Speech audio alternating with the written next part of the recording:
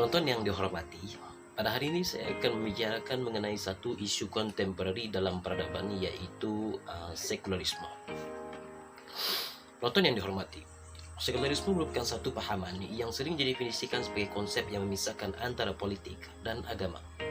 Dalam hal ini, mereka yang memegang fahaman ini atau kita sebut sebagai sekular percaya bahawa negara merupakan sebuah institusi yang menguruskan kehidupan bersifat duniawi dan tidak ada hubungannya dengan hal-hal akhirat.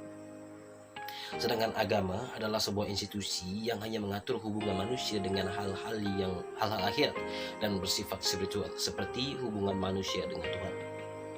Maka menurut fahaman sekular, negara dan agama dianggap masing-masing mempunyai peranan yang berbeza dan tidak boleh disatukan. Masing-masing harus berada pada jalurnya sendiri.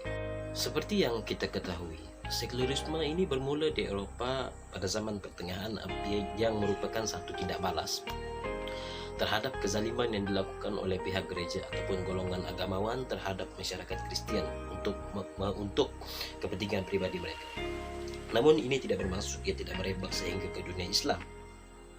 Tapi dalam konteks dunia Islam, peristiwanya berbeza kerana dalam sejarah Islam belum ada sejarah yang membuktikan bahawa institusi Islam itu pernah menzalimi masyarakat Islam.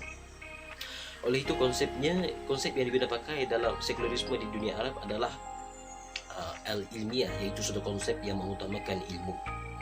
Sedangkan menurut Dr. Yusuf Al-Qaradawi, konsep ini digunakan pakai untuk menarik minat ataupun memalingkan minat mereka kepada pengamalan fahaman sekularisme ini di dunia Arab. Sedangkan menurut pandangan Yusuf Al-Qaradawi,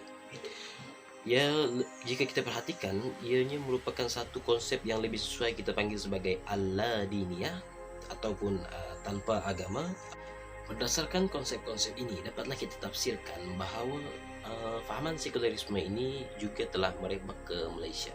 Berdasarkan jika kita perhatikan kepada sistem pentadbiran yang kita jalankan ketika ini, walaupun tidak secara menyeluruh tetapi masih ada. Bila kita membicarakan tentang fahaman sekularisme, satu perkara yang tidak boleh kita lupakan adalah faktor utamanya merupakan pergolakan yang berlaku di gereja.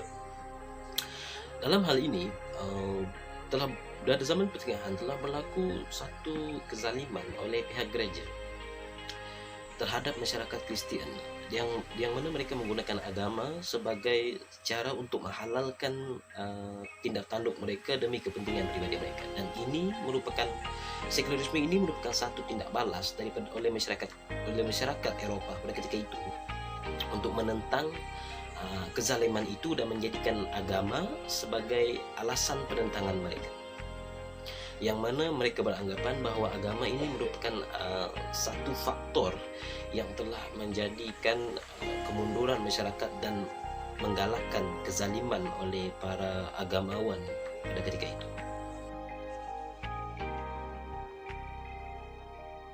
Antara kesan fahaman sekularisme ini adalah berlakunya sistem dualisme. Contohnya dalam sistem pendidikan kita sendiri, kita melihat terdapat dua sistem, yaitu sistem pendidikan Islam dan sistem pendidikan modern.